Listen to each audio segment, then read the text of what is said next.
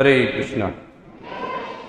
इतनी सारी चीज़ें लगाई हैं कैमरा वैमरा की पकड़ के, तो मुझे लेक्चर हॉल में कम और ऑपरेशन थिएटर में ज़्यादा लग रहा हूँ। मैं अपने आप को अस्पताल में फील कर रहा हूँ। तो आप सभी लोगों का उडुपी उडुपी धाम में स्वागत है। आप में से कितने लोग हैं जो प्रथम बार उडुपी क्षेत्र आए हो? पहली बार उडुपी आए हो? बहुत सारे लोग हैं। अच्छा, कितने लोग हैं पहले एक बार कम से कम उडुपी आए हुए हैं? एक आधा बार उडुपी आए हुए सभी लोग हैं। तो हम थोड़ा सा उडुपी धाम श्रीमान मध्वाचार्य के बारे में तो हम कल सुनेंगे। कल हम उनके घर में जाके उनके बारे में सुनेंगे। तो हम आज सिर्फ उडुपी धाम के बारे में सुनते हैं। उडुपी यह नाम जो है, वैसे तो आप लोग कितने लोग हो जो कन्नड़ भाषा से अवगत हैं? इसको कन्नड़ भाषा आती है? कर्नाटक से है, कन्नड़ भाषा आने वाला कोई नहीं है। तो एक प्रवीण है वो कन्नड़ भाषा से अवगत है, बाकी कोई कन्नड़ भाषा से अवगत नहीं है। और कन्नड़ भाषा के अंदर भी कई सारी सब भाषाएं हैं। उसमें से ये जो एरिया है यहाँ पे तुलु बोली जाती है। फॉर एग्जाम्पल तुलु जाता है यहाँ पे बोली जाती है। तो वो तुलु के अनुसार उडुपी का नामकरण हुआ है। इसका अलग अलग महिमा है। तो यहाँ पे ये जो पूरा क्षेत्र है, ये क्षेत्र को परशुराम क्षेत्र कहा जाता है। त्रेता युग की शुरुआत में भगवान का शक्तावेश अवतार के रूप में भगवान प्रकट हुए थे और उनका नाम परशुराम रखा गया था। भगवान परशुराम भगवान के शक्तावेश अवतार हैं।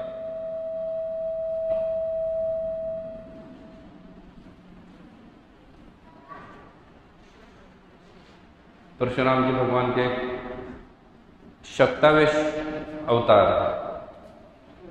परशुराम जी जब प्रकट हुए, परशुराम जी के प्राकट्य का मूल कारण था कि उस समय में ये पूरी धरती जो है वो क्षत्रियों के बोझ से क्या हुई थी? दब चुकी थी। माता धरती बहुत सारी चीजों को सहन कर सकती है, लेकिन पाप को सहन नहीं कर पाती है। और जब खास करके क्षत्रिय पापी बन जाए, जिनका कार्य है धर्म की रक्षा करना, वही व्यक्ति अगर पापी बन जाता है तो फिर क्या होता है? माता पृथ्वी या माता धरती उसको सहन नहीं कर पाती। और इसके लिए भगवान बारंबार अवतार धारण करते हैं। भगवान भगवद गीता में अपने अवतार के 3 कारण बताते हैं। उसमें भगवान बोलते हैं परित्राणाय साधूनां विनाशाय च दुष्कृतां धर्म संस्थापनार्थाय संभवामि युगे युगे।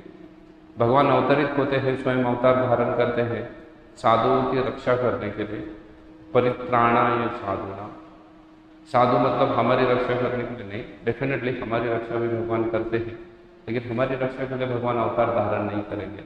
अवतार उन लोगों के भगवान धारण करेंगे जिनका परित्राण, भगवान के दर्शन अगर नहीं लिए तो वो लोग क्या हो जाएंगे? वो लोगों का मृत्यु हो जाएगा। ऐसी उत्कट जिनकी इच्छा है भगवान का दर्शन लेने की या दर्शन प्राप्त करने की, कि अगर दर्शन नहीं लेते हैं तो क्या हो जाता है? उनका मृत्यु हो जाता है। ऐसी उत्कट भावना, उत्कट इच्छा जिनके मन में हो भगवान के दर्शन की, उनके लिए भगवान प्रकट होते हैं। परित्राणाय साधूनां, साधुओं की रक्षा के लिए भगवान, साधुओं की रक्षा तो कैसे भी कर लेंगे। भगवान की इच्छा मात्र से सभी असुरों का वध हो सकता है, लेकिन फिर भी भगवान प्रकट होते हैं। असुरों का विनाश करना ये दुय्यम कार्य है। प्रकट होंगे भी नहीं भी होंगे, कोई जरूरत भी नहीं है प्रकट होने की। लेकिन साधुओं की रक्षा मतलब उन साधुओं की जिनका भगवान ही क्या है? परित्राण है। भगवान के दर्शन के बिना वो साधु क्या हो जाएंगे? मृत्यु को प्राप्त हो जाएंगे। उत्तम भक्ति जिसको कहो, या एकांकी का भक्त जो है, जो शुद्ध भक्त है, उनके लिए भगवान प्रकट होते हैं। उसके साथ साथ भगवान और क्या बोलते हैं? विनाशाय च दुष्कृतां, दुष्कृत बोला गया है, विशेषतः असुर आदि कुछ बोला नहीं गया है। भगवान किनके लिए प्रकट हो रहे? जो भी कोई दुष्कृत कार्य कर रहा है, गलत कार्य कर रहा है, उसके विनाश के लिए भगवान प्रकट हो जाएंगे। दुष्कृत बोला गया है, दुष्कृता विनाशाय च दुष्कृता। तो उस समय में बहुत सारे क्षत्रिय जो थे वो दुष्कृति करने लगे थे, सुकृति में नहीं लगे हुए थे, पुण्य कार्य में नहीं लगे हुए थे, बल्कि किसमें लगे हुए थे? दुष्कृति में लगे हुए थे। तो ऐसे दुष्टों का विनाश करने के लिए भगवान परशुराम रूप में प्रकट हुए। और परशुराम रूप में प्रकट होने के बाद समस्त पृथ्वी को भगवान परशुराम जी ने लगभग 21 बार निक्षत्रिय कर दिया था। उन क्षत्रियों का वध कर दिया था जो धर्म के कार्य में नहीं लग रहे थे, अधर्म में लगे हुए थे। और उसके बाद यह समस्त धरती, खास करके यह जो भारतवर्ष है, ये किसको दान दे दिया? ब्राह्मणों को दान दे दिया। और दान देने के बाद भगवान परशुराम ने सोचा कि जो चीज़ दान दी जाती है उसको फिर से इस्तेमाल नहीं करना चाहिए, तो इसलिए मैं वो धरती पे नहीं रह सकता हूँ। इसलिए उन्होंने क्या कर दिया? समुद्र के देवता से प्रार्थना की। कौन है समुद्र का देवता? कौन होता है समुद्र का देवता? वरुण देव। उनसे प्रार्थना की, उनको बोला कि मैं है ना, कहीं पे लिखा है कि मैं तीर चलाऊंगा, कहाँ पे लिखा है कि कुराड़ी फेंकी थी उन्होंने, क्योंकि वो परशु उनका मूला अस्त्र था। वो बोले जहां तक जाके गिरेगा वहां तक आपको क्या करना है? पीछे मुड़ जाना है या पीछे निकल जाना है। तो बोल दिया चलो ठीक है, समुद्र ने स्वीकार कर दिया कि मैं वहां तक पीछे चला जाऊंगा। तो उन्होंने परशु फेंका या तीर चलाए और सह्याद्री के पर्वत के ऊपर खड़े रह के, और फिर वहां तक जहां तक समुद्र पीछे गया है उस सभी को परशुराम क्षेत्र कहा जाता है। ये परशुराम क्षेत्र में ऐसा मोटा मोटी तौर पे महाराष्ट्र का कोंकण एरिया, गोवा, कर्नाटक, केरला से लेकर कन्याकुमारी तक का जो क्षेत्र है, ये सबको परशुराम क्षेत्र कहा जाता है। इसमें अलग अलग स्थान पे परशुराम जी का नित्यवास है, कई सारे जगह पे। जैसे यहाँ पे उडुपी धाम में कहा जाता है कि यहाँ पे परशुराम जी नित्यवास करते हैं, इसको परशुराम क्षेत्र इसलिए कहा गया है। आप अगर गोकर्ण आदि जाओगे वहाँ पे उसको भी परशुराम क्षेत्र कहा जाता है, उसको भी परशुराम क्षेत्र कहा गया है। आप अगर कोंकण में एक रत्नागिरी डिस्ट्रिक्ट में चिपळूण करके तहसील है, उस तहसील के अंदर भी एक परशुराम महेंद्रगिरी पर्वत है और वहाँ पे भी परशुराम करके एक क्षेत्र है। वहाँ पे भी कहा जाता है कि परशुराम जी वहाँ पे नित्य रूप से वास करते हैं। बहुत सुंदर मंदिर है वो, मैं गया था उस मंदिर में भी, तो वहाँ पे भी कहा जाता है कि परशुराम जी नित्य रूप में वास करते हैं। यहाँ पे भी कल हम पाजक क्षेत्र में जाएंगे तो एक मंदिर है जहाँ पे परशुराम जी नित्य रूप से वास करते हैं। हालांकि हम वो मंदिर में जाएंगे नहीं, क्योंकि पाजक क्षेत्र में कई सारे मंदिर हैं, हर स्थान पे हम जा नहीं सकते हैं। कई सारे कुंड हैं वहाँ पे, परशुराम जी के जितने आयु थे ना, उनका फरसा था तो फर्श कुंड है, उनका धनुष्य था तो धनुष्य कुंड है, बाण कुंड है, ऐसे कई सारे कुंड है। परशुराम जी यहाँ पे नित्य रूप से वास करते हैं, तो इसलिए ये समस्त क्षेत्र को ही परशुराम क्षेत्र कहा जाता है। ये त्रेता युग से आ रहा है, परशुराम जी यहाँ पे वास कर रहे हैं। और इस क्षेत्र में श्रीमान मध्वाचार्य प्रकट हुए थे। यही क्षेत्र में मध्वाचार्य ने क्या किया है? प्रकट हुआ है या प्रकट हुआ है मध्वाचार्य का। तो मध्वाचार्य कब प्रकट हुए, क्या है, उसके बारे में हम कल देखेंगे जब हम कहाँ जाएंगे, उनके स्थली पर जाएंगे। अभी हम यहाँ से देखते हैं, पाजक क्षेत्र यहाँ से कुछ 15-10 किलोमीटर दूरी पे होगा उनका गांव, वहाँ पे जाएंगे तब देखेंगे। इस क्षेत्र में हम आए हुए हैं, इस क्षेत्र को कहा जाता है उडुपी धाम, उडुपी क्षेत्र। अभी तो यहाँ का प्रसिद्ध मंदिर है वो है मंदिर कृष्ण, उडुपी कृष्ण बोला जाता है, भगवान कृष्ण का प्रसिद्ध मंदिर है। लेकिन उसके पूर्व काल से एक मंदिर प्रसिद्ध है यहाँ पे, उसको कहा जाता है चंद्रमाउलेश्वर मंदिर। हम जाएंगे चंद्रमाउलेश्वर मंदिर का भी दर्शन लेंगे। चंद्रमाउलेश्वर मंदिर यहाँ का प्रसिद्ध मंदिर है। तो उसके बारे में ऐसी कथा आती है कि पूर्व काल में दक्ष की टोटल कितनी कन्याएं हैं? दक्ष की किसी को पता है? 26 है, 27 है, कितनी कन्या है दक्ष को? 9 कन्या है, 13 कन्या है। दक्ष वैसे तो प्रजापति है, तो अलग अलग समय में उनकी अलग अलग कन्याएं हैं, अलग अलग समय में उनकी अलग अलग कन्याएं प्रकट हुई है। क्योंकि दक्ष जो है वो लगभग कितने समय में प्रकट हुए हैं? 2 अलग अलग मनवंतर में प्रकट हुए हैं। दक्ष स्वयं भी मनवंतर में प्रकट हुए थे और उसके बाद दक्ष कब प्रकट हुए थे? इस मनवंतर में भी प्रकट हुए थे, 400वां मनवंतर चल रहा है उसमें भी प्रकट हुए थे। तो जो 9 कन्याओं का वर्णन आता है वो स्वयंभू मनवंतर के समय में है, जिसमें से एक कन्या है सती, जो उन्होंने दी थी भगवान शिव जी को। लेकिन उसके बाद फिर उनको बकरे का सर मिलता है वगैरह, लंबी चौड़ी कथा है, और फिर उससे वो मुक्त होकर फिर से एक बार नए से उनको मनुष्य शरीर प्राप्त होता है। फिर उनकी जितनी सारी कन्या है उन कन्याओं के बारे में कहा गया है कि उनको कुल मिला के 27 कन्याएं थी। वो 27 की 27 कन्याएं उन्होंने विवाह में किसको दे दी? चंद्र को दे दी। अभी ये चंद्र को जो 27 कन्या दी है, क्योंकि चंद्र समस्त देवताओं में सबसे जो सुंदर है वो चंद्र है, उसको वो कन्या देने के बावजूद भी दक्ष की इतनी सारी कन्याओं में 27 पत्नियां हो गई है चंद्र की, लेकिन उन 27 पत्नियों में भी चंद्र जो है विशेष करके रोहिणी से आसक्त था। रोहिणी है, आज भी आप देखोगे तो चंद्रमा के नजदीक जो नक्षत्र है वो रोहिणी नक्षत्र है। ये दक्ष की जो कन्या है, 27 कन्या है, उन कन्याओं के नाम से हमारा पूरा साल जो है, खास करके चंद्र के हिसाब से जो हमारी गणना चलती है वर्ष की, वो वर्ष की गणना दक्ष की कन्याओं के हिसाब से है। बराबर है ना? तो योगा योग है कि अभी जो है ना, अभी रोहिणी नक्षत्र चल रहा है। अभी रोहिणी नक्षत्र है, हर नक्षत्र 13-14 दिन के लिए रहता है, 13-14 डिपेंड करता है। ऐसे पूरे साल में 27 नक्षत्र है, तो 13-14 दिन के लिए एक नक्षत्र होता है। अभी रोहिणी नक्षत्र है, इसके बाद अश्लेषा आएगा, उसके बाद पूर्वा आएगा। ऐसा कहा जाता है कि भारतवर्ष में रोहिणी नक्षत्र से क्या चालू होती है? वर्षा चालू होती है। इस क्षेत्र में, यहाँ महाराष्ट्र से नीचे रोहिणी नक्षत्र में वर्षा चालू होती है। रोहिणी के बाद अश्लेषा आएंगे, अश्लेषा के बाद पूर्वा नक्षत्र आएगा। उत्तर भारत में पूर्वा नक्षत्र से वर्षा चालू होती है, तब श्रावण आ जाता है, तो वहाँ श्रावण में वर्षा चालू होती है। अभी रोहिणी नक्षत्र चल रहा है, तो चंद्र की पत्नियों का ये सब नाम है। तो उसमें चंद्र जिससे ज्यादा आसक्त था वो कौन थी? रोहिणी थी। रोहिणी के साथ चंद्र ज्यादा आसक्त था। तो अन्य जो उसकी बहनें हैं उनको थोड़ी सी ईर्ष्या होने लगी कि ये क्या है ना, हमारे पति तो हमारे ओर ध्यान ही नहीं दे रहे, ज्यादा समय तो रोहिणी के साथ बिता रहे हैं। इसलिए उन्होंने जाके इस बात की क्या की? कंप्लेंट की। किसको? अपने पिता दक्ष को। दक्ष को बड़ा गुस्सा आया। दक्ष बड़ा गुस्से वाला है, वो ज्यादा सोचता नहीं है कि भाई समझाए, बात करे, कुछ करे। उसने क्या कर दिया? गुस्से में श्राप दे दिया चंद्र को। बोला तुम्हारा पूरा सौंदर्य, वो तेज है ना, वो नष्ट हो जाएगा। श्राप देने के बाद उसको याद आया, ये तो मैंने अपने दामाद को श्राप दे दिया, अपना ही क्या किया है मैंने, अपने ही पुत्रियों का मैं नुकसान करवा रहा हूँ करके। उसका चंद्र का अगर पूरा तेज, बल, सौंदर्य आदि नष्ट हो जाए तो नुकसान किसका होने वाला है? उसकी पुत्रियों का नुकसान होने वाला है। ये जब उसके ध्यान में आया तब अभी क्या किया जाए? चंद्र को उपाय के लिए दक्ष ने सजेस्ट किया कि आप इसके पास चले जाओ, आपके गुरु बृहस्पति को जाकर पूछो।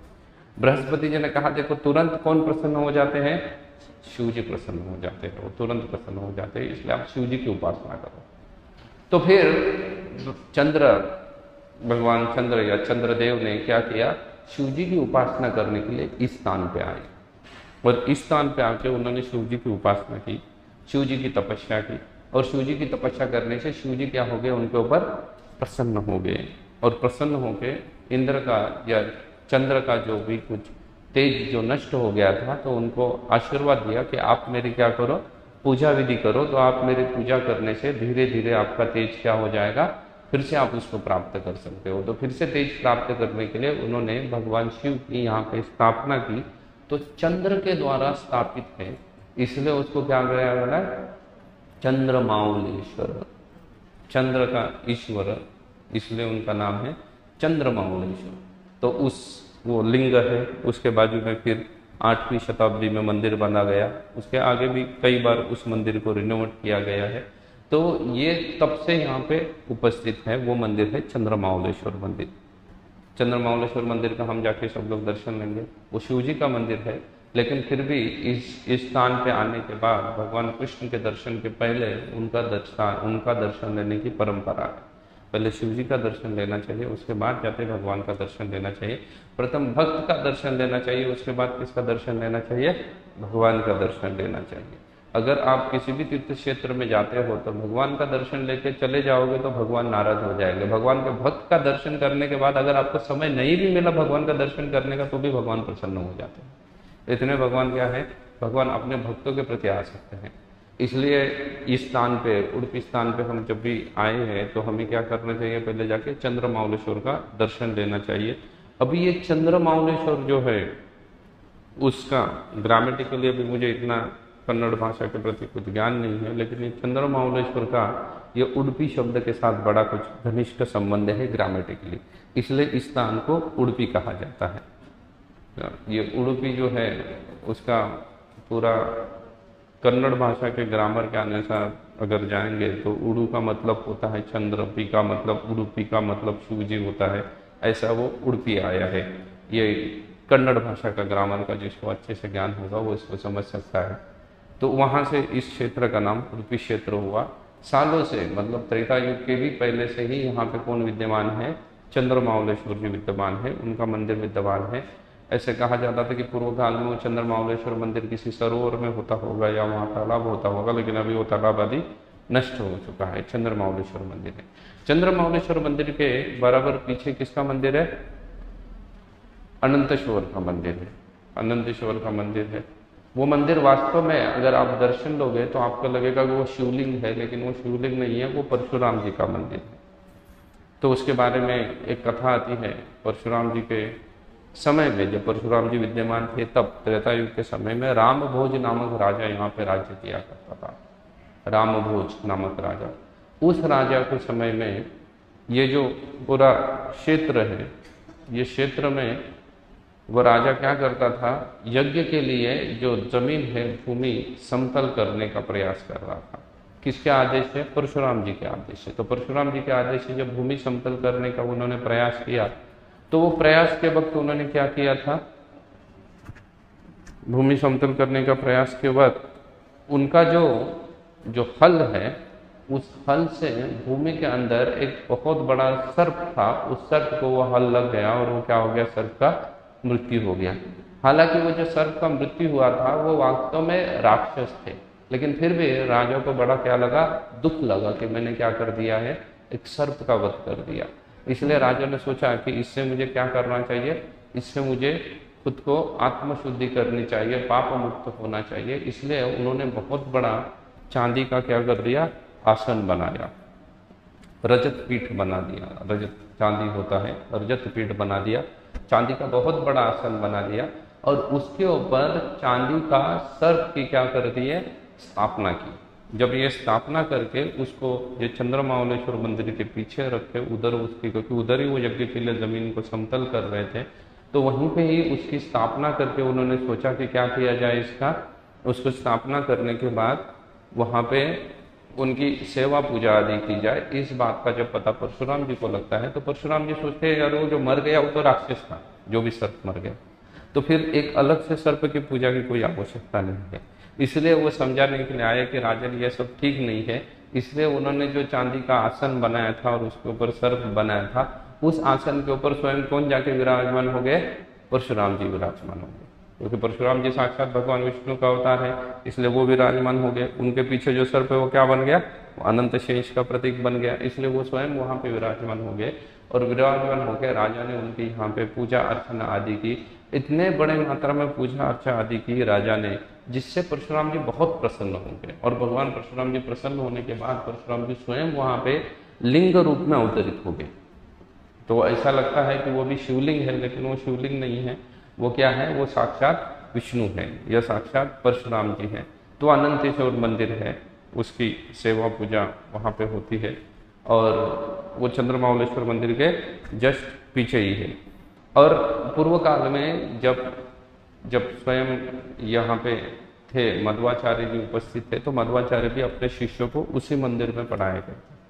अनंतेश्वर मंदिर और चंद्रमाउलेश्वर मंदिर, यही मंदिर में वो रहा करते थे और यहीं पे अपने शिष्यों को आदि वो क्या करते थे, ज्ञान प्रदान किया करते थे, या उनको ही वो क्या करते थे, उनको शास्त्र आदि का अध्ययन कराया करते थे। इसलिए ये दो मंदिर जो है वो पूर्व काल से है, मतलब मध्वाचार्य के प्राकृत्य के पूर्व से यहाँ पे है। इसलिए मध्वाचार्य के प्राकृत्य से भी पूर्व भी ये धाम हुआ करता था और हजारों हजारों लोग इसलिए आया करते थे यहाँ पे दर्शन के लिए आया करते थे, भगवान का दर्शन लेते थे। एक है शिव जी और एक है उनके आराध्य देवत भगवान विष्णु। भगवान हमेशा अपने भक्त को आगे रखना चाहते हैं और स्वयं पीछे रहना चाहते हैं, इसलिए आगे किसको रखा है? उन्होंने आगे रखा है शिव जी को आगे रखा है और स्वयं कहाँ गए हैं? पीछे जाके बैठ गए हैं। ऐसा यहाँ पे कहा जाता है, ये जो पूरा क्षेत्र है यहाँ से लेकर नीचे सूरतकल तक, ये जो कर्नाटक का बेल्ट है, उस वक्त राजा ने सर्प यज्ञ के लिए या सर्प की पूजा के लिए राजा राम भोग ने क्या किया था? ये सब अरेंजमेंट किया था या पूरा आयोजन किया था। तब से इस एरिया में सर्प आदि की पूजा का क्या है? एक प्रथा चालू हो गई है। इसलिए आप ये पूरा बेल्ट जाओगे ना, जहाँ जहाँ तुलु भाषा प्रसिद्ध है, वहाँ आपको लगभग हर गांव में सर्प का क्या मिलेगा? मंदिर मिलेगा। नाग देवता की पूजा की जाएगी, नागों का मंदिर मिलेगा। इस एरिया में सांप भी बहुत है, बहुत सारे सांप है। यहाँ के जो लोकलाइट्स हैं, कई सारे भक्त हैं जो अभी तो बम्बे पुणे में रहते हैं, लेकिन वो लोकलाइट है, वो यहाँ के ही मूल निवासी है, उड़पी के ही आजू बाजू में कहीं उनके गांव है। तो वो लोग बताते रहते हैं कि ये एरिया में बहुत सर्प है, इसलिए यहाँ पे हर गांव में आपको क्या मिलेगा? कहीं ना कहीं एक नाग देवता का मंदिर जरूर मिलेगा। यहाँ के लोग बहुत नाग देवता की पूजा करते हैं। तो ऐसा कहा जाता है कि वो राजा राम भोग से वो परंपरा चली आ रही है और तब से क्या किया जा रहा है? नागों की पूजा इस पूरे क्षेत्र में की जा रही है। तो ये दो मंदिर पहले से ही प्रसिद्ध है। मध्वाचार्य यही मंदिरों में रह के अपने शिष्य को क्या करते थे? प्रदान करते थे, ज्ञान प्रदान करते थे। तो ये है ये उड़पी धाम का पूर्वापार से चला आया हुआ महिमा। उसके बाद क्या होता है? तो उसके बाद मध्वाचार्य यहाँ पे आते हैं। मध्वाचार्य जब यहाँ पे थे, जब प्रचार आदि कर रहे थे, उसी के दौरान एक घटना घटित होती है। उस घटना का संबंध वास्तव में उसके पूर्व की घटना से है। उसके पूर्व की घटना ऐसी है कि भगवान जब द्वारिका में वास करते थे, जब भगवान ने कंस का वध कर दिया, कंस वध करने के भगवान मथुरा में वास करने लगे और मथुरा से फिर भगवान कहाँ चले गए? द्वारिका चले गए। भगवान द्वारिका में वास करने लगे। तो भगवान जब द्वारिका में रहा करते थे, द्वारिका में वास करते थे, तो उन्होंने अपने साथ अपने माता पिता देवकी और वसुदेव भी द्वारका में ही रहा करते थे। नंद बाबा और यशोदा मैया तो आए नहीं, वो तो कहाँ रह गए? वहीं वृंदावन में रह गए। लेकिन यहाँ पे कौन रहा करते थे? वसुदेव, और कौन रहते थे? देवकी माता रहती थी। तो वसुदेव और जब देवकी माता रहती थी तो प्रायः नंद और यशोदा द्वारका आया करते थे। चलिए वो नहीं आया करते थे, वो प्राय यहाँ पे आया करते थे, बहुत बार वो यहाँ आया करते थे। तो वो जब यहाँ पे आया करते थे या आए हुए थे नंद और यशोदा जी, तो नंद और यशोदा माता से, खास करके यशोदा माता से देवकी माता भगवान के बाल लीला के बारे में बहुत श्रवण करती थी। और श्रवण करने की वजह से उनको बारंबार ऐसा लगता था कि मैं क्या नहीं कर पाई हूँ? भगवान के बाल लीला का मैंने आस्वादन नहीं किया है, क्योंकि वो तो जेल में थे, भगवान तो चले गए थे, ब्रज में चले गए थे। इसलिए उन्होंने एक दिन कृष्ण को कहा कि मुझे आपकी बाल लीला का क्या करना है? आस्वादन करना है। अपने माता की इच्छा से, कृष्ण अपनी माता की इच्छा को तो क्या नहीं कर सकते हैं? टाल नहीं सकते हैं। इसलिए अपनी माता की इच्छा पूर्ति के लिए किसी एक विशेष दिन पे उन्होंने क्या की? देवकी के साथ बाल लीला की। और इसकी किसी को कोई कानो कान खबर नहीं है कि भगवान ऐसा करने वाले हैं। वो पूरा दिन भगवान कहाँ है, कहाँ गए, किसको पता नहीं है। तो भगवान क्या बन गए थे? बालक बन गए थे। भगवान बालक बन के किसके गोद में खेल रहे थे? माता देवकी के गोद में खेल रहे थे। देवकी उनको अपना स्तनपान करा रही थी। माता देवकी उनके लिए क्या बना रही थी? उनके लिए माखन बना रही थी। उनके लिए क्या कर रही थी? उनके लिए मथनी से दही को मथ रही थी और माखन निकाल रही थी। कृष्ण ने कई बार मटकी फोड़ी, उस मटकी से जितना भी सारा माखन है वो कृष्ण के शरीर के ऊपर उड़ गया, इसलिए वो पूरे क्या हो गए हैं? सफेद रंग के हो गए हैं, पूरा उनका शरीर सन गया है। उनके माखन जब वो क्या कर रही है, जब दही को मथ रही है, तो कृष्ण ने क्या कर दिया था? पकड़ लिया, मथनी को पकड़ लिया। ऐसे उनकी लीला चल रही थी किनके साथ? देवकी के साथ। तो ऐसे देवकी के साथ जब भगवान लीला कर रहे थे और जब उन्होंने इस लीला के पास आए, जब देवकी माता क्या कर रही है? मंथन कर रही है, और भगवान जो बाल रूप बन चुके हैं उन्होंने क्या कर दिया है? उस मथनी को पकड़ लिया।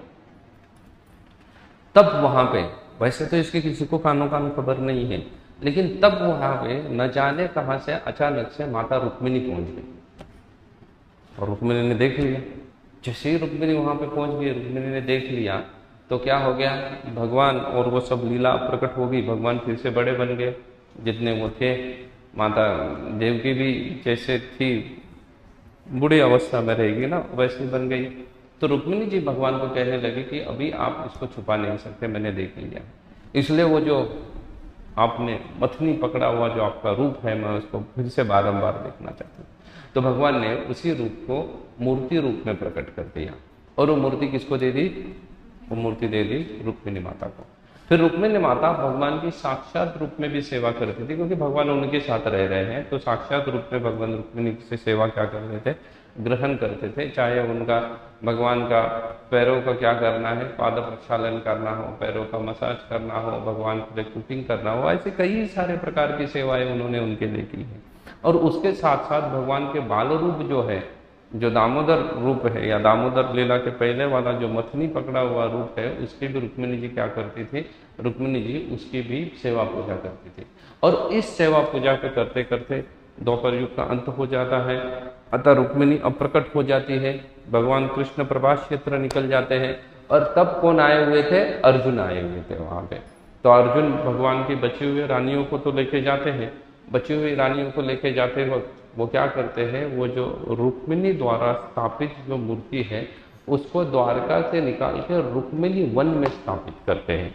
अब ये रुक्मिणी वन कहाँ पे है, तो जब कभी हम चले जाएंगे वहाँ पे, कहाँ पे, द्वारका यात्रा चले जाएंगे तो अभी वहाँ पे रुक्मिणी जी का बहुत बड़ा मंदिर है, वो रुक्मिणी वन वहीं पे है, गोपी तालाब के नज़दीक वाला एरिया जो है, गोपी तालाब के नज़दीक में रुक्मिणी वन है, वहाँ पे उसको स्थापित कर देते हैं।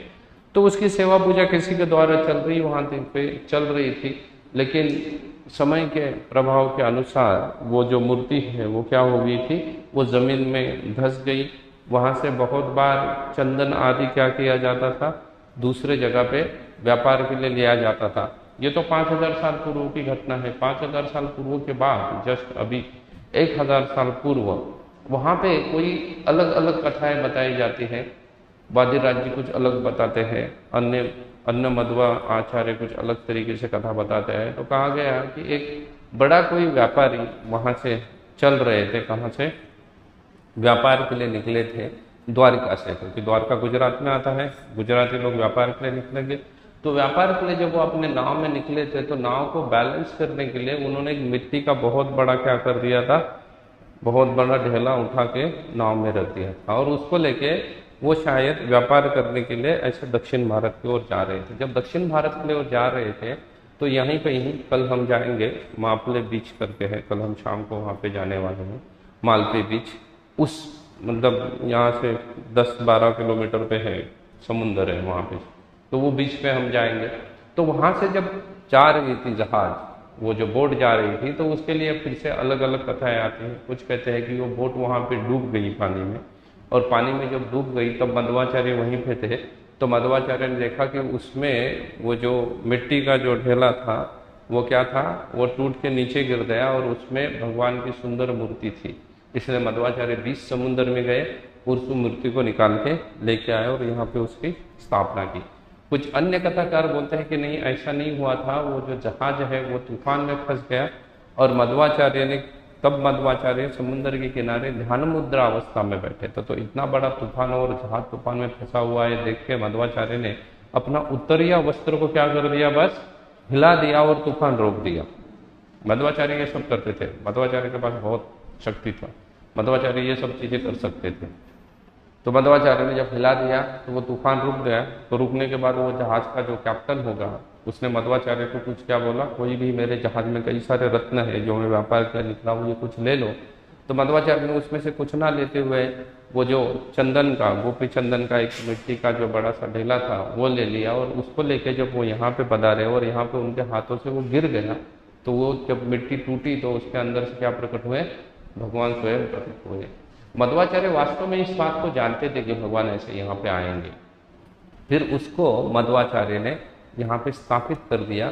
तो वो जहाँ पे स्थापित कर दिया है वही है आज के उडुपी कृष्ण, जो कि मूल बाल्यावस्था का कृष्ण का मूर्ति है। इसलिए यहाँ पे राधा रानी का कोई बोलबाला नहीं है।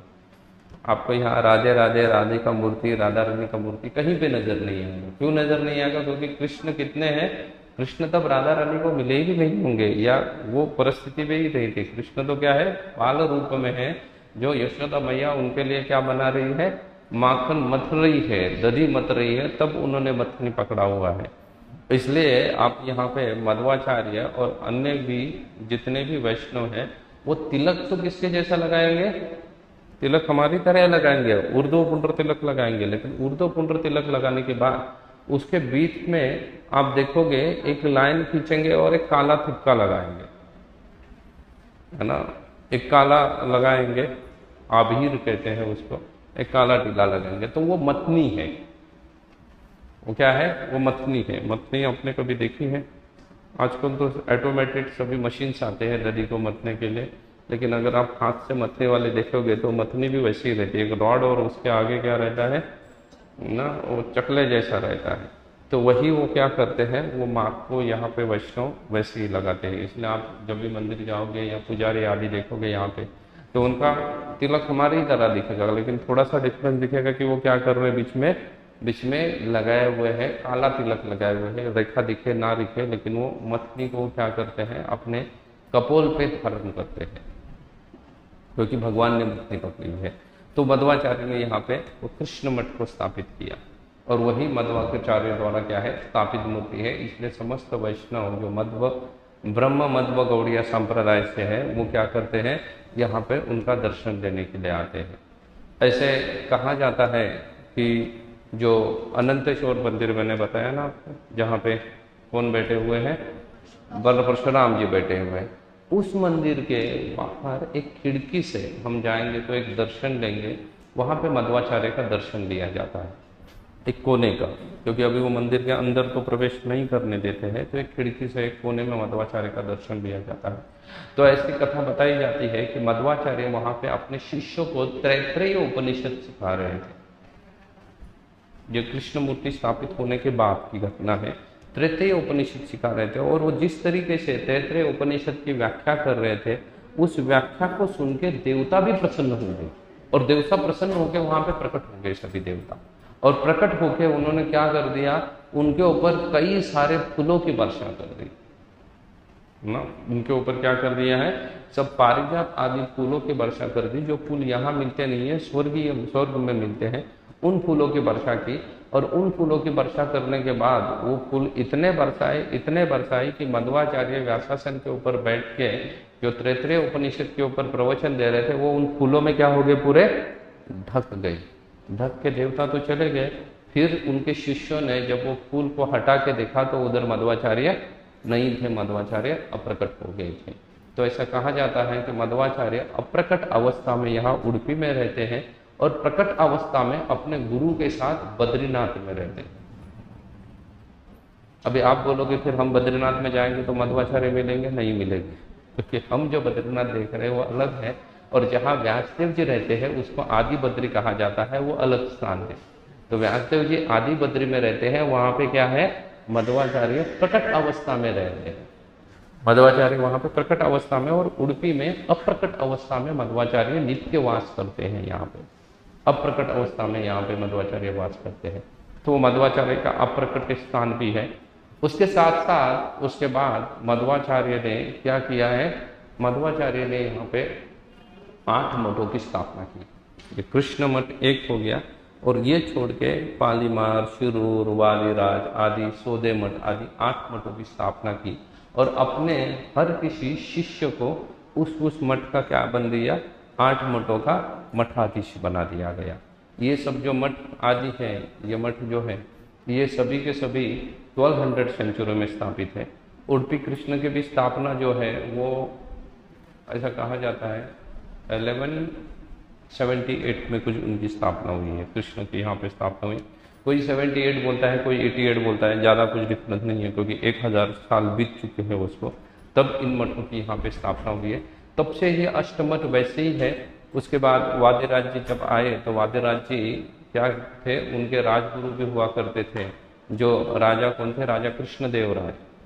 या अभी हम उडुपी में हैं, अगर आप कहाँ चले जाओगे, हम्पी चले जाते हो, जो कर्नाटक का ही हिस्सा है। तो हम्पी में कृष्णदेवराय का सम्राट हुआ करता था 1600 सेंचुरी में। एकमात्र वैष्णव सम्राट थे या राजा थे कृष्णदेवराय जी। तो उनके उनके पास कौन रहा करते थे, वादिराज जी हुआ करते थे, राजपुरोहित थे। तो इसलिए कृष्णदेवराय ने उस समय में यहाँ के जितने भी सारे मठ जो दिख रहे हैं ना, उनका क्या किया है, रिनोवेशन किया हुआ है। तो अभी उसके बाद तो बहुत सारा रिनोवेशन हुआ। मैं 2 साल पहले आया था यहाँ पे, या 1 साल पहले, पिछले साल ही मैं अप्रैल में आया था, और अभी मैं दर्शन के लिए गया तो बहुत सारी चीज़ें नहीं दिखी मुझे। बहुत सारा चीज़ें क्या होता रहता है, रिनोट होता रहता है। तो ये मठ तब से है जब से किसने स्थापित किए हुए हैं, मध्वाचार्य ने स्थापित किए, तब से है। इन मठों की एक विशेषता है, ये 8 मठ होने के बाद भी जो मूलदर्शी है, मूल बेटी है जो कि मध्वाचार्य ने स्थापित की है, उसकी तो दर्शन लेने की हर किसी की इच्छा होगी कि हम उसकी ही सेवा करेंगे। इसलिए यहाँ पे पर्याय नामक एक परंपरा जुड़ गई। पर्याय उस चीज को होते हैं, 7 मठ है और ये एक 8 मठ। तो ये 7 और ये 8 मठों के जो टोटल स्वामी हैं, उसका जो मूल रहता है वो एक सन्यासी है, जो हेड रहता है, टेम्पल प्रेसिडेंट जिसको बोल सकते हैं इस्कॉन की भाषा में। तो वो एक सन्यासी रहता है। तो यहाँ पे हर सन्यासी को उस मूर्ति की सेवा करने का अवसर दिया जाता है 2 साल के। 2 साल के बाद वो क्या करेगा, नेक्स्ट को क्या करेगा, हैंड ओवर करेगा।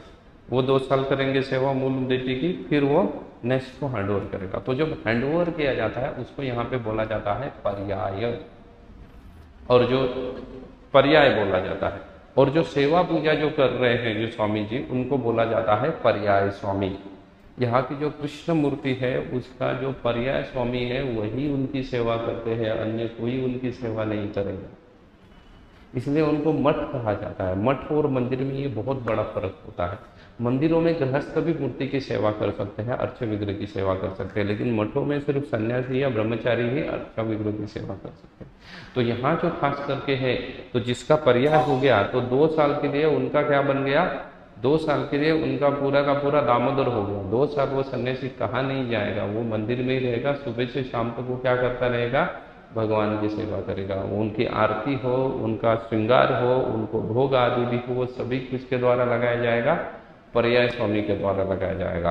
पेजावर स्वामी, पेजावर मठ के स्वामी है, उनका नाम कुछ अलग होगा लेकिन उनको पूरे ये पेजावर स्वामी कहते हैं। ये पेजावर स्वामी जो है वो सबसे ज़्यादा बार पर्याय में बैठे हुए हैं। अभी जो है उनका सबसे ज़्यादा बार पर्याय में बैठे हुए थे। ऐसा कहा जाता है वो लगभग 14 टाइम्स पर्याय में आए हैं, क्योंकि एक बार पर्याय में आया 2 साल, उसके बाद फिर 7 है ना, तो मतलब फिर से आपका नंबर 14-15 साल के बाद ही आने वाला है। कि हर कोई 2-2 साल, तो आपका नंबर फिर से 14-15 साल के बाद आएगा। तो फिर से 14-15 साल साथ के आना का मतलब है कि पर्याय स्वामी, जब वो पेजावर स्वामी पहले बार पर्याय में आए थे तब वो 14 साल के थे, तब वो पर्याय में आए थे। यहाँ पे सन्यासियों की परंपरा है, मध्वाचार्य की शिक्षाओं को ये लोग पालन करते हैं, हम भी उन्हीं की शिक्षाओं को पालन करते हैं, लेकिन ये बहुत ही कठोरता से, दृढ़ता से उनकी शिक्षाओं को पालन करते हैं। उतनी दृढ़ता से हम नहीं पालन करते। यहाँ पे भगवान के ये जो मंदिर है कृष्ण मठ, और उसके बाद चंद्रमावलेश्वर मंदिर और अनंतेश्वर मंदिर, तो इसके बाजू में ऐसा गोल, ऐसा राउंड का रास्ता है। तो यहाँ पे हर दिन भगवान की क्या निकाली जाती है, रथ यात्रा निकाली जाती है। अलग अलग रथ है इनके, अलग अलग तिथि के अनुसार अलग अलग रथ को क्या करते हैं, वो निकालते हैं यात्रा के लिए। 2-3 रथ आपको खड़े दिखेंगे, आप जो जाओगे तो मंदिर के सामने। वो 2-3 रथ में से कौन सा रथ कहाँ निकालना है, वो उनका अपना अपना क्या है, तिथि आदि उनका पूरा कैलेंडर है। उसके अनुसार चातुर्मास का छोड़ के, चातुर्मास मतलब जब भी बारिश चालू हो जाएगा तब से छोड़ के, ये 4 महीना छोड़ के बाकी हर दिन भगवान का उत्सव विग्रह जो है वो बाहर आता है, और भगवान की क्या निकलती है, रथ यात्रा निकलती है। ज़्यादा बड़ा फेस्टिवल नहीं है, आधा पौने घंटे में ही खत्म हो जाती है। वहाँ से निकलती है, पूरा 200-300 मीटर का होगा वो, आधा किलोमीटर भी नहीं होगा वो पूरा सर्कल। तो वहाँ के घूम के फिर से रथ क्या होता है, खत्म होता है। लेकिन बहुत सुंदर रथ यात्रा है, आज हम सब लोग उसमें सम्मिलित होंगे उस रथ यात्रा में। तो भगवान का यहाँ पे ये एक विशेषता है यहाँ की। तो ऐसा पूरा ये उडुपी क्षेत्र है, जो इसकी जो मूल कृष्ण मूर्ति है जो स्थापित इनके द्वारा की हुई है, उनकी स्थापना श्रीमान मध्वाचार्य द्वारा की हुई है। मध्वाचार्य ब्रह्म मध्व गौड़िया संप्रदाय के कलयुग आचार्य है। कलयुग आचार्य हैं ब्रह्म मध्व गौड़ीय संप्रदाय के। अभी कलयुग प्रतिष्ठित आचार्य का क्यों बोला गया, उनको ऐसा स्पेसिफिक क्यों बोला गया है? देखो 4 संप्रदाय है, सबको पता है, बराबर है ना। और 4 संप्रदाय के कलयुग आचार्य अलग अलग 4 लोग हैं, बराबर है। उसमें से प्रथम संप्रदाय है, उसको कहा जाता है, कौन सा संप्रदाय है? तो उसको ब्रह्म संप्रदाय कहा जाता है। भगवान ने ब्रह्मा जी को अपने बारे में ज्ञान प्रदान किया, ब्रह्मा ने अपने शिष्यों को प्रदान किया, और ऐसी जो गुरु शिष्य परंपरा चली उसको ब्रह्म संप्रदाय कहा जाता है। उस ब्रह्म संप्रदाय के कलयुग आचार्य कौन है? माधवाचार्य उसके कलयुग आचार्य है, कलयुग के लिए। फिर है उसके बाद रुद्र संप्रदाय है, शिव जी को भगवान ने अपने बारे में बताया। और उस रुद्र संप्रदाय के जो कलयुग आचार्य है उनका नाम क्या है? क्या है नाम? कौन बताएगा? रुद्र संप्रदाय के वल्लभाचार्य कहाँ से आ गए भाई? वो तो कोई संप्रदाय के आचार्य नहीं है। विष्णु स्वामी उनके आचार्य है रुद्र संप्रदाय के। उसके बाद आता है श्री संप्रदाय। भगवान ने लक्ष्मी जी को बताया, लक्ष्मी ने आगे चल के उसका प्रचार किया, तो इसको श्री संप्रदाय कहा जाता है, और लक्ष्मी संप्रदाय भी कहा जाता है। उनके कलयुग आचार्य कौन है? रामानुजाचार्य जी। और उसके बाद आता है कुमार संप्रदाय। भगवान ने चतुष्कुमारों को अपने बारे में ज्ञान प्रदान किया और उन्होंने आगे चल के उसका प्रचार किया। उसके कलयुग आचार्य कौन है? निम्बार्काचार्य। इसलिए बहुत बार ये संप्रदाय जो है कलयुग में उन आचार्यों से जाने जाते हैं। निम्बार्क संप्रदाय बोला जाता है, और मध्वा भी बोला जाता है। मध्वाचार्य के जो फॉलोअर्स हैं, मध्व संप्रदाय, ब्रह्म मध्व संप्रदाय है, लेकिन उनको माधवा भी कहा जाता है। वैसे ही रामानुजा संप्रदाय भी कहा जाता है, क्योंकि रामानुजाचार्य उस क्या है, उस संप्रदाय के कलयुग आचार्य है। अभी इसमें मूलतः आप देखोगे कि हर संप्रदाय का जब जैसे जैसे युग परिवर्तन होता जाता है, द्वापर युग से क्या हो गया है, कलयुग की शुरुआत हुई है, तो हर संप्रदाय में एक मॉडिफिकेशन की आवश्यकता होती है, क्योंकि उस समय के लोग उसको क्या करें, ठीक से समझ पाए, उस संप्रदाय की शिक्षा को, भगवान के संदेश को उस समय के लोग ठीक से समझ पाए। इसलिए आचार्य क्या करते हैं, जन्म लेते हैं। तो इन्हीं सभी आचार्यों में कलयुग में उस संप्रदाय को कलयुग के संध्या समय में, संध्या मतलब युग संध्या, एक युग क्या हुआ है, खत्म हो रहा है, और दूसरा युग क्या होने वाला है, चालू होने वाला है। हम भी बहुत भाग्यशाली है कि हम युग संध्या में जन्म लिया है।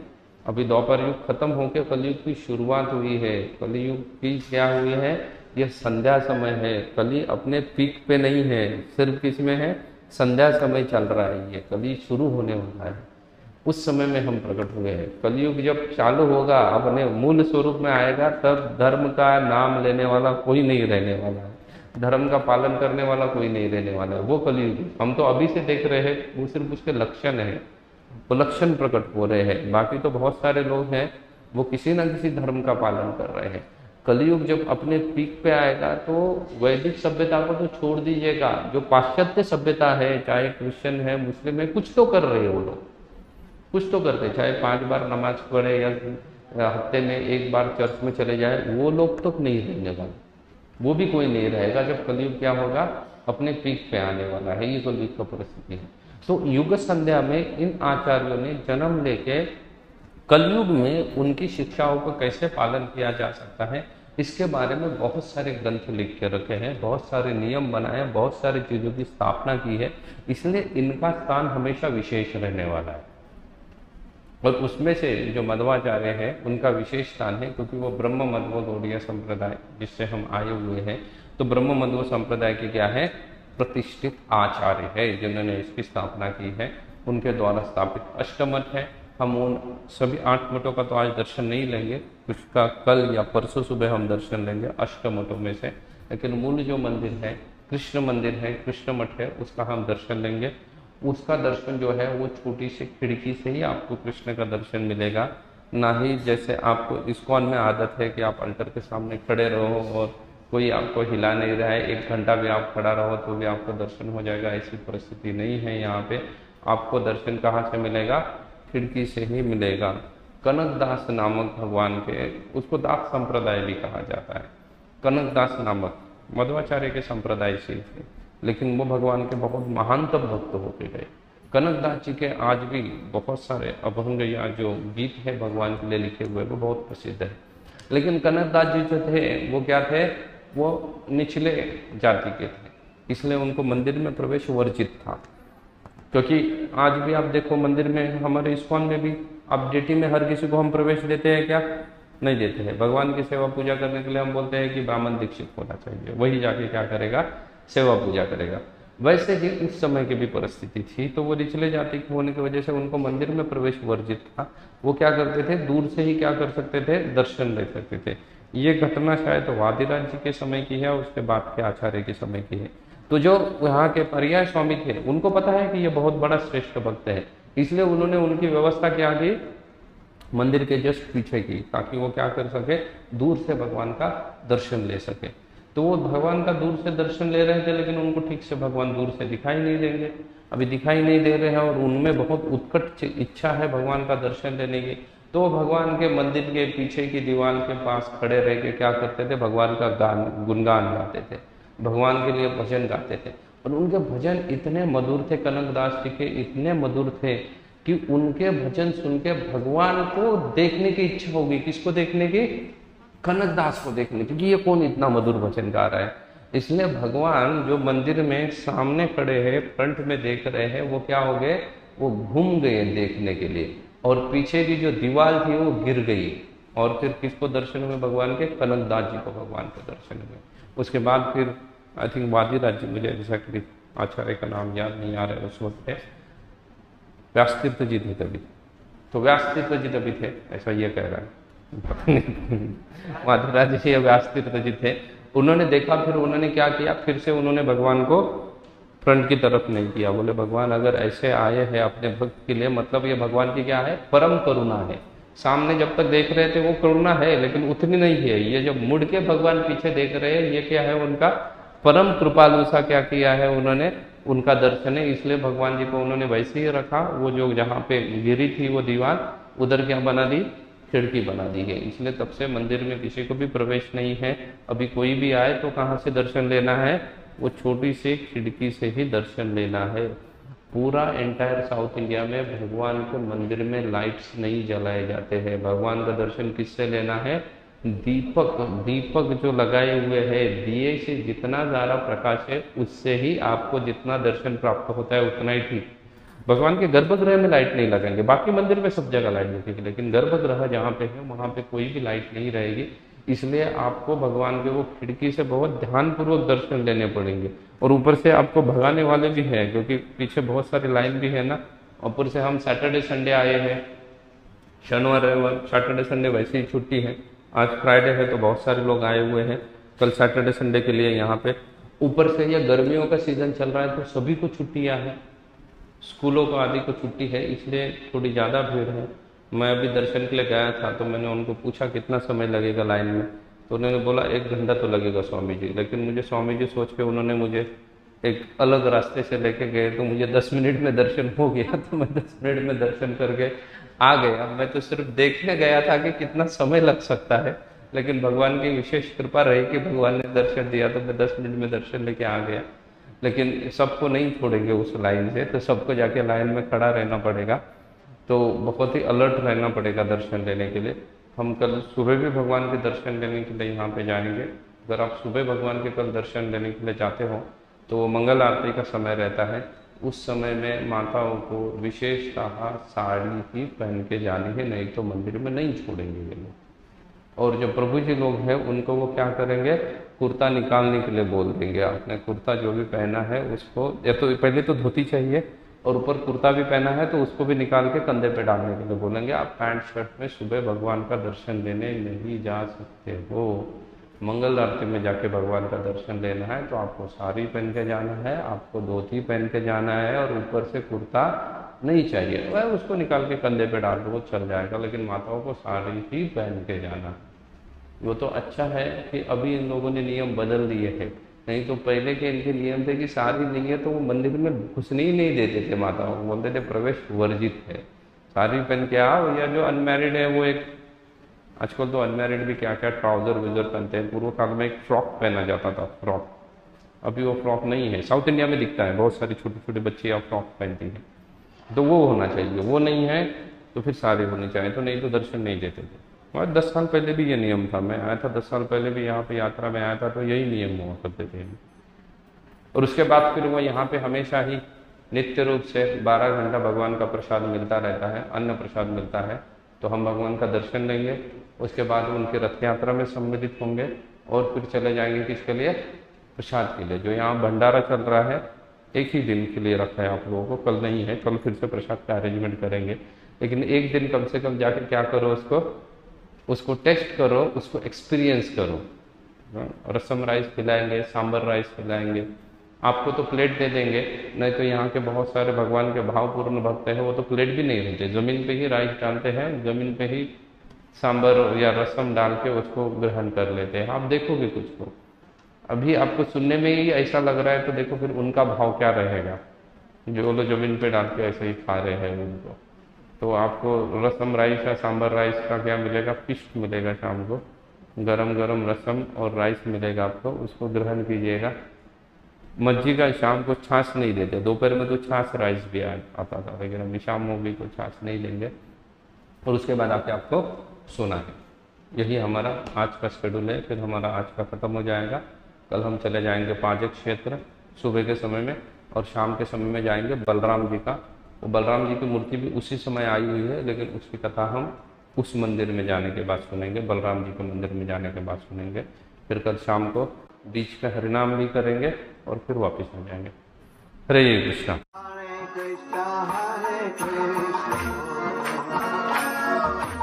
Krishna Krishna Hare Hare